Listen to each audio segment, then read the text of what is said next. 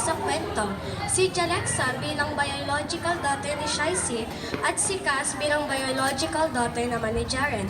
Nabuo sila bilang isang pamilya at laking tuwa ito ng kanilang haligi ng tahanan. Totoo nga, ang pamilya ay biyaya ng Diyos. Masaya ako ngayong Pasko, kasama ko kayo ngayon.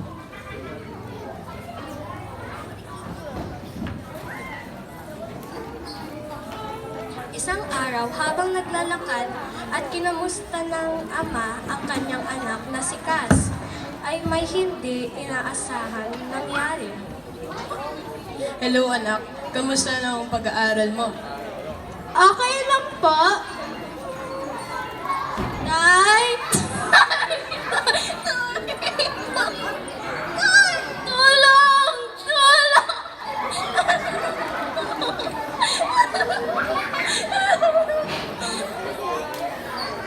Inatake sa puso ang kanyang ama na siya'y naging dahilan ng pagkalagot ng hiningan nito.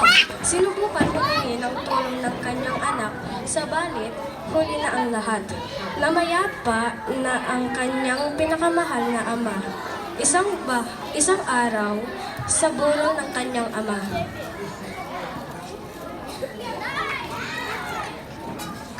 Dahil patay na ang tatay mo, hindi ka nabilang sa pamilya ito, lumayas ka! Ano gagawin ko? Anong gagawin ko?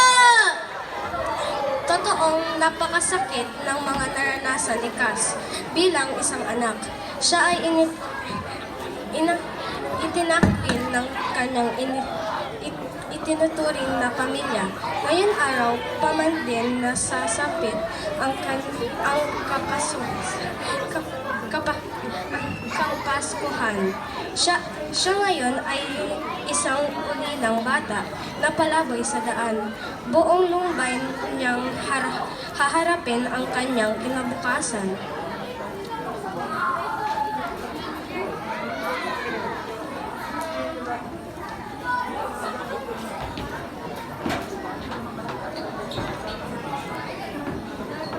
Sampagito po. Sampagito po. Sampagito po. Sampagito po. Anong gagawin ko kung nandito lang yung tatay ko na yung Pasko? Hindi ako nasa daan mag-isa.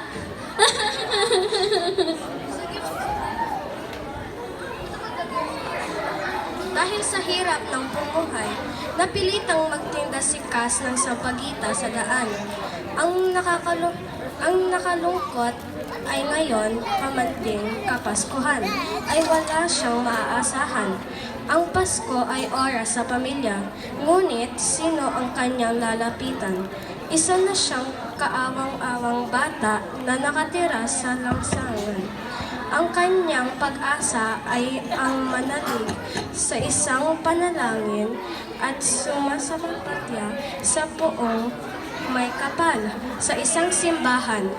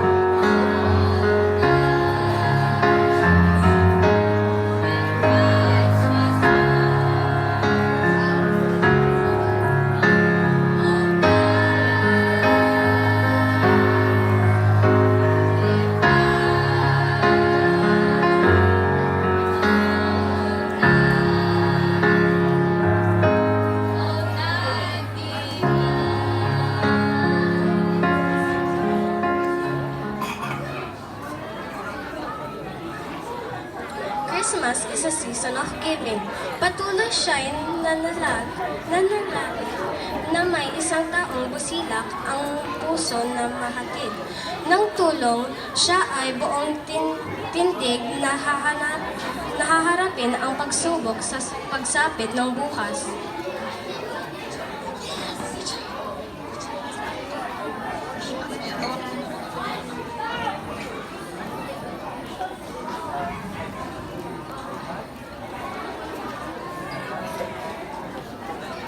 Oh, please po. Huwag kang mag-aalala. Tutulungan ka namin.